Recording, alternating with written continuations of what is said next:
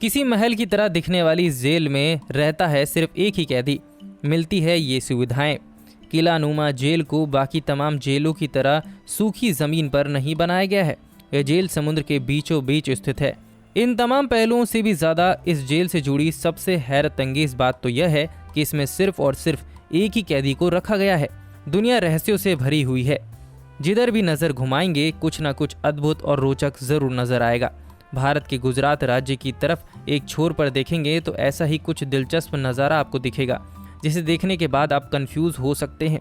समुद्र किनारे एक आलीशान बिल्डिंग नजर आएगी जो किसी महल से कम नहीं लगती, लेकिन आप जानकर हैरान हो जाएंगे कि ये कोई महल नहीं, एक जेल है। यहाँ बात हो रही है द्वीप की। केंद्र शासित प्रदेश के रूप में जाने जाने वाले द्वीप की एक जेल की भव्यता देखकर आश्चर्यचकित हो जाएंगे। किसी जमाने में ये जगह पुर्तगाल की कॉलोनी के भीतर आती थी। करीब 475 साल पुरानी इस जेल में सिर्फ और सिर्फ एक ही कैदी रहता है। जी हाँ, आपने सही सुना, सिर्फ एक ही कैदी रहता है इस जेल में। कैदी का नाम है दीपक कांजी और उसकी उम्र है 30 साल। दीपक कांजी पर आरोप है कि उसने अपनी पत्नी को जहर देकर हत्या कर दी थी। उसका केस दीव सेशन कोर्ट में पेंडिंग है और जब तक फैसला नहीं सुनाया जाता वह जेल में ही रहेगा। यह कैदी सेल नंबर 4 में रहता है। जेल में कांजी सिर्फ अकेले रहते हैं, इसीलिए उनकी सुरक्षा में 5 सिपाही और एक जेलर भी तैनात है। सभी की शिफ्ट घंटों के हिसाब से तय की गई है। जिस किले में ये जेल मौजूद है उसका स्ट्रक्चर 472 साल पुराना है। भारतीय पुरातत्व सर्वेक्षण एक इस सेल को टूरिस्ट स्पॉट में बदलना चाहते हैं। अब भी इस जेल में टूरिस्ट आ सकते हैं, लेकिन टूरिस्ट को सिर्फ जेल के कंपाउंड तक जाने की इजाज़त है। 2013 में इस जेल को बंद करने की घोषणा कर दी गई थी। तब से यहाँ पर कैदियों का आना रुक गया है। कुछ सालों पहले यहाँ 7 कैदी हुआ करते थे, जिनमें 2 महिलाएं भी शामिल थीं, लेकिन किन्हीं कारणों की वजह से उनमें से 4 का स्थानांतरण गुजरात की अमरेली जेल में कर दिया गया। वहीं 2 कैदियों की सजा की अवधि पूरी हो गई थी, लिहाजा उन्हें रिहा कर दिया गया।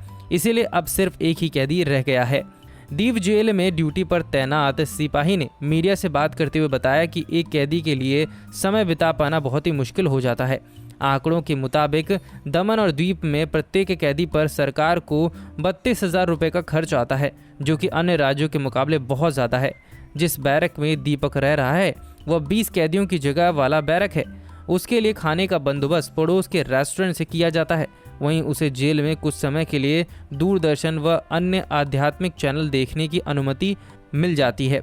उसे जेल के भीतर गुजराती अखबार और मैगजीन भी दी जाती है। इसके अलावा शाम के 4 बजे से 6 बजे तक के बीच में वह 2 सिपाही के साथ खुली हवा में टहल भी सकता है।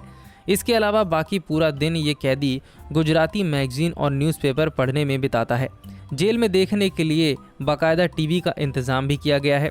पाबंदी सिर्फ इतनी सी है कि टीवी पर कैदी दीपक कांजी सिर्फ धार्मिक कार्यक्रम ही देख सकता है। जेल में तैनात अधिकारी शिफ्ट में काम कर 24 घंटे पहरा देते हैं। जेल अधिकारी चाहकर भी कैदी के लिए किसी भी तरह की एक्टिविटी का इंतजाम नहीं कर पाते। इस पूरी जेल में 60 कैदियों के रह सकने की जगह है। जेल के 7 सेल में 40 पुरुष और केवल सेल में 20 महिलाएं कैदी रह सकते हैं। इन कमरों के अलावा जेल में एक डार्क रूम भी है, जहां एक असिस्टेंट जेलर, 5 जेल गार्ड और एक चपरासी भी तैनात रहता है। 2013 में इस जेल को बंद करने की मंजूरी देकर इसे भारतीय पुरातत्व सर्वेक्षण को सौंपने का निर्णय ले लिया गया था। इस बात पर कोई पुख्ता जानकारी नहीं है। इस पुराने जेल को हमेशा से जेल के तौर पर ही इस्तेमाल किया जाता रहा है। पुर्तगालियों द्वारा बनाए गए इस परिसर में एक बेकरी और एक रसोई घर भी मौजूद है। खाली पड़े इस किले में पर्यटकों को जाने की अनुमति है, लेकिन जेल परिसर में नहीं। एक बार जब जेल एएसआई के अधिकार में आ जाएगा तो वहां लाइट एंड साउंड शो शुरू किया जा सकता है। दोस्तों, भारत की जेलों में जितने भी कैदी हैं उन्हें काम करना ज़रूरी होता है। काम करने का तरीका कैदियों की क्षमता और कुशलता पर अलग अलग प्रभाव डालता है, लेकिन वह अपने कामों से जेल में धन कमाते हैं। उनके खाते भी खोले जाते हैं। कुछ जेलों में कैदी काम करने के अनुसार ज़्यादा पैसा कमा लेते हैं। कुछ जेलों में कैदियों के बैंक अकाउंट तक खोले जाते हैं। उनका धन भी संजोया जाता है। वैसे कैदियों द्वारा कमाए गए धन का कुछ हिस्सा उन्हें जेल में खर्च करने के लिए भी दिया जाता है। वैसे जेल में करेंसी की जगह पैसे के कूपन मिलते हैं। ये कूपन अलग अलग कीमत के होते हैं। ये कैदियों को उनके काम के बदले मिलते हैं। वैसे जेल कैदियों के परिजन भी उनके लिए पैसे जमा करा सकते हैं, जिसे कूपन में कन्वर्ट करके उन्हें दे दिया जाता है।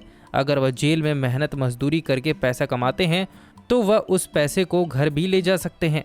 यहाँ पर जेल प्रशासन उनके पैसों का कुछ हिस्सा जमा करता रहता है, जो उन्हें तब मिलता है जब उनकी रिहाई हो जाती है। हर जेल में एक सरकारी कैंटीन होती है जिसमें रोज़ाना के इस्तेमाल के सामान मिलते हैं। इनसे जेल के अंदर साबुन, टूथपेस्ट, इनरवियर आदि खरीदे जा सकते हैं। दोषी कैदियों को जेल के अंदर काम करने के लिए भुगतान मिलता रहता है, जो काम स्वेच्छा से या उनकी सजा का हिस्सा हो सकता है। ये मजदूरी उनके वर्गीकरण के आधार पर तय की जाती है। दोस्तों, आपको ये जानकारी कैसी लगी हमें कमेंट सेक्शन में ज़रूर बताएं। वीडियो को लाइक और शेयर ज़रूर करें और ऐसी ही दिलचस्प जानकारी से जुड़े रहने के लिए हमारे चैनल को सब्सक्राइब कर लीजिए और बेल आइकन पर क्लिक करना बिल्कुल भी ना भूलें, ताकि ऐसी ही दिलचस्प वीडियो आप तक पहुंच सके।